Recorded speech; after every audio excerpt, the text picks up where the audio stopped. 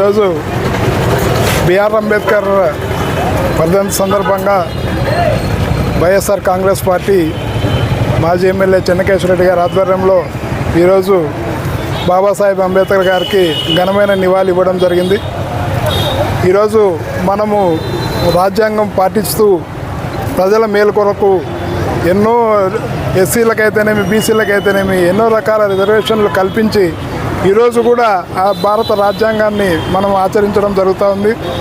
ఎందుకంటే ప్రపంచంలోనే మనదే పెద్ద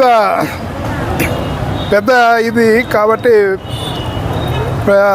ప్రజాస్వామ్య దేశం కాబట్టి మనకి కొన్ని రూల్స్ రెగ్యులేషన్స్ ఉండాలనే ఉద్దేశంతో మనల్ని ఎలా పరిపాలించుకోవాలనే ఉద్దేశంతో బిఆర్ అంబేద్కర్ గారు రాజ్యాంగం రచించడం జరిగింది.